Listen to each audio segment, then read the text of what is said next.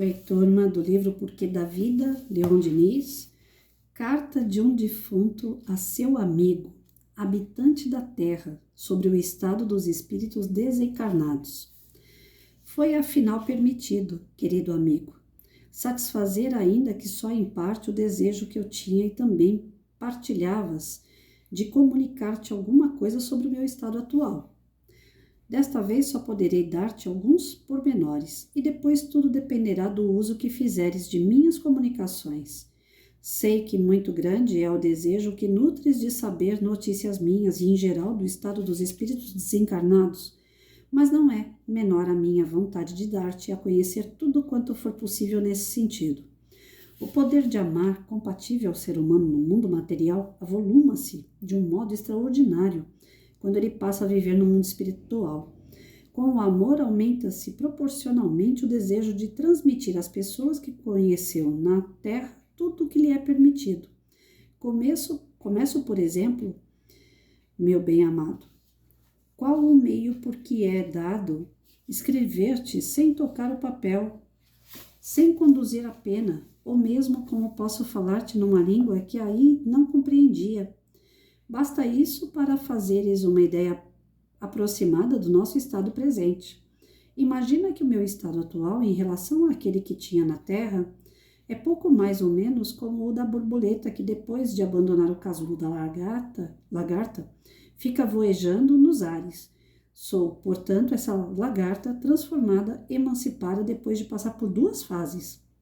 E assim voamos algumas vezes, porém nem sempre ao derredor das cabeças dos homens. Uma luz invisível aos mortais, quanto visível a alguns, brilha e irradia-se docemente no cérebro de todo homem bom, amante e religioso. A auréola que imaginaste para os santos é essencialmente verdadeira e racional. Essa luz torna feliz todo ser humano que a possuir, pois ela se combina com a nossa enlaços de simpatia e segundo o grau de claridade que lhe for correspondente. Nenhum espírito impuro pode ou ousa aproximar-se dessa luz. Por meio dela, pode-se perscrutar facilmente as almas, a fim de serem lidas ou vistas em toda a sua realidade. Assim, cada pensamento que parte dos seres humanos é para nós uma palavra, é às vezes um completo discurso. Respondemos aos seus pensamentos, porém eles ignoram que somos nós que estamos falando. Sopramos ideias que, sem o nosso concurso, eles não poderiam conceber, embora lhes fossem inatas a disposição e aptidão para recebê-las. O homem digno de receber a luz torna-se, desse modo, um instrumento útil para o espírito simpático que a deseja comunicar. Encontrei um espírito, ou antes, um homem acessível à luz do qual me pude aproximar, e é por seu órgão que me dirijo a ti. Sem sua mediação, impossível seria entender-me contigo verbalmente, palpavelmente ou mesmo por escrito. Recebes, por esse modo, uma carta anônima da parte de um homem que não conheces, porém, que alimenta em si grande tendência para as coisas ocultas e espirituais. Pouso sobre a fronte dele, da mesma forma que o mais divino de todos os espíritos pousou sobre a fronte do mais divino de todos os homens, no ato do seu batismo. Suscito ideias e ele as descreve sob a minha inspiração, sob a minha direção, por efeito da minha irradiação. Por ligeiros toques, faço vibrar as cordas de sua alma, de um modo conforme com a sua individualidade e com a minha, as minhas ideias tornam-se suas, e assim ele se considera ditoso em escrever o que eu desejo. Sente-se mais livre, mais animado, mais rico de ideias, julga viver e pairar num elemento mais alegre e claro. Anda como um amigo pela mão de outro amigo, e desse modo é que te foi dado receber uma carta minha. Quem a escreve se considera livre e realmente o é, pois nenhuma violência sofre. São como dois amigos que, de braço dado, se assistem reciprocamente. Deves sentir que meu espírito se encontra em relação direta com o teu. Concebes o que te digo e compreendes os meus mais íntimos pensamentos. Basta por esta vez. O dia em que inspirei essa carta se chama Entre Vós, 15 de setembro de 1798. Então, veja bem, a carta desse defunto, né? Eu achei estranho como ele colocou aqui, né? A palavra defunto. Pois bem, esse amigo desencarnado, né? Ele passa aqui pra gente um pouquinho do que, como ele consegue transpassar para as pessoas, né? Descrever as suas experiências no mundo espiritual através de um médium.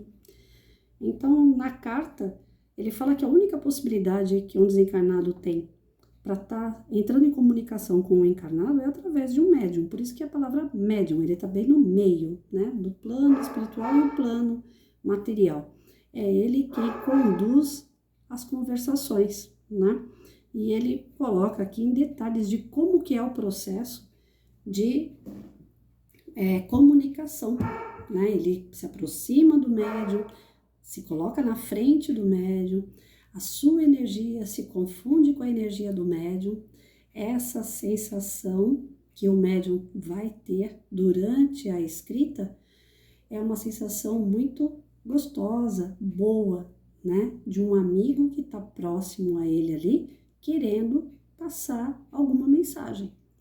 E o médium não consegue escrever algo dele nesse momento, porque ele vai estar sentindo a energia desse amigo que está desencarnado e tudo aquilo que o desencarnado deseja vai ser colocado em papel, na psicografia, que aqui, pelo que a gente vê, foi feita uma carta, uma psicografia, né?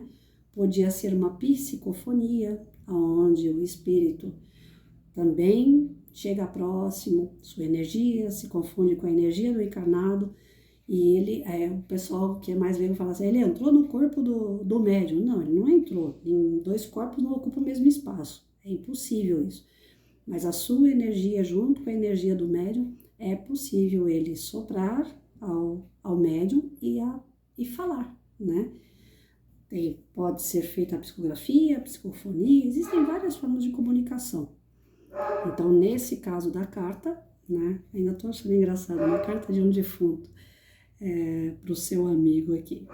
Então, esse desencarnado, ele utilizou, né, a ajuda de um médium encarnado para mandar essa carta para o amigo dele, dizendo aqui a forma que o telefone toca, né? Ele toca de lá para cá, a gente sempre fala isso.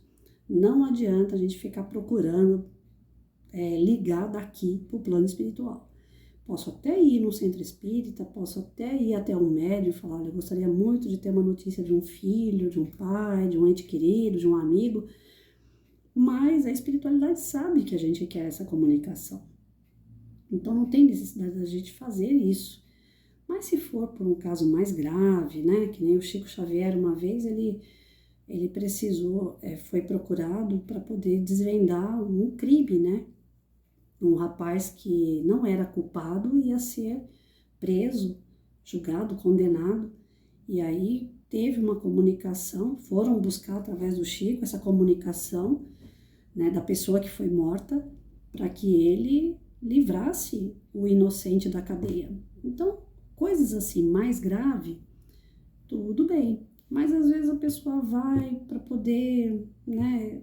Eu quero mandar um beijo para minha mãe. Ah, peraí, mas você não pode mandar esse beijo na hora do sono, na hora da sua prece, né? Existem casos gravíssimos que a gente precisa realmente de uma comunicação. Mas tem outros que as pessoas vão por curiosidade.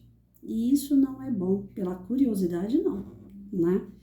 Então, existem as comunicações, as diversas formas de se comunicar, mas elas devem ser usadas de forma responsável, tanto por quem gostaria da comunicação, como por parte do médium que está fazendo o trabalho, que foi dado a ele por Deus, para que ele fosse útil às pessoas, de fato, não ganhasse nada com isso, não se pode comprar, pagar a mediunidade, né, o uso dela.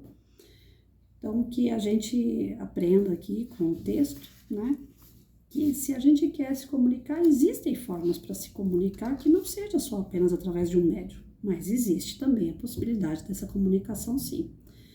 Para a gente, quando recebe sem pedir, é uma alegria tão grande. Há um mês atrás, eu recebi, fui fazer um trabalho de apometria comigo, né? Fui como paciente. Aí, durante o trabalho, ficou um médium à disposição, né? Se houvesse algum tipo de recado do plano espiritual, ele ia me passar por escrito, na psicografia. Eu não fui buscar esse recado.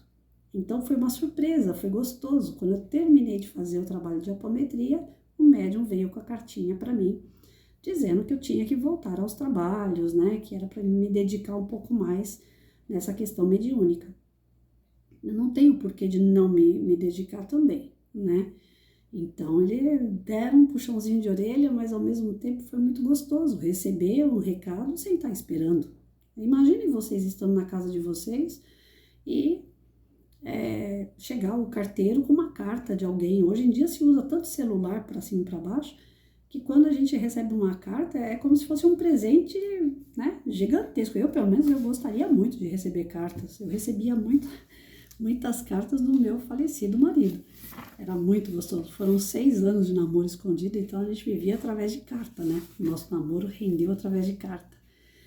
E quando vem uma carta do plano espiritual, a minha alegria não é muito diferente como essas que eu recebia do meu esposo. Porque alguém teve um carinho, teve uma necessidade, ou teve um recado, ou um puxão de orelha que era preciso te dar, né? Então, quando a gente frequenta um centro espírita, é natural que dentro de um tratamento ou no final de passe, sempre vem alguém e te dá uma palavra amiga. E essa palavra amiga geralmente são os espíritos que pedem para repassar, né? É interessante isso daqui, porque eu acabei de fazer o Palavras de Vida Eterna, né? No outro canal, e ele estava falando justamente sobre isso, né? A questão do serviço mediúnico. Eu fico feliz quando eu vou ler os livros e bate o assunto um com o outro. É porque está reforçando o aprendizado, né? É importante. Se não fosse importante, não ia ter essas coincidências aí. E a gente não acredita no acaso, então tá bom. A gente fica por aqui e sabendo que é confortante, né? Saber que os nossos parentes, os nossos amigos, né? Só que também tem os nossos inimigos, que estão lá do outro lado. E que eles podem se comunicar com a gente quando eles querem e merecem, né? Porque também tem a questão de poder, né? Não é assim, eu quero e já vou, né? Se vocês assistirem o filme Nosso Lar ou ler o livro, vocês vão ver isso. O André Luiz era doido para poder dar uma comunicação à família, saber da família dele, e teve que esperar o momento certo para isso. Então, até lá, não é porque eles estão livres, porque não tem carne que segura eles, que eles não estão mais na prisão da matéria, que eles podem fazer o que bem entendem, não. Tem algumas coisas que precisa também da autorização, né? Essa autorização vem dos espíritos mais superiores. Então, o telefone bate de lá para cá, mas também precisa de uma autorização. Não é feito assim à torta e direito, tá certo? Mas que é confortante a gente saber que pode se comunicar, porque eu fico um pouco emocionada de falar essa parte. Os laços de amor, eles não se separam, né? Os de ódio também. Então, a gente tem que tomar muito cuidado com esses dois sentimentos aí. O de amor é confortante, é maravilhoso. Saber que um ente querido, ele não morreu. O que morreu foi a carne, o físico, né? O espírito sobrevive a essa carne e ele pode manter comunicação. O inimigo também. Então, a gente tem que tomar cuidado com essas partes, né? Que se nós criamos uma inimizade, então é aquilo que Jesus dizia, né? Vai lá e se reconcilia com teu irmão enquanto tá na frente dele. Porque senão fica aí, uma briga de muito e muito tempo. Tem alguns que ficam séculos. Encarna, desencarna e sempre aquela guerra. Então vamos tentar reconciliar para que a gente receba lá do plano espiritual apenas notícias daqueles que a gente ama. Isso ia ser maravilhoso, né? Fiquem com Deus, gente.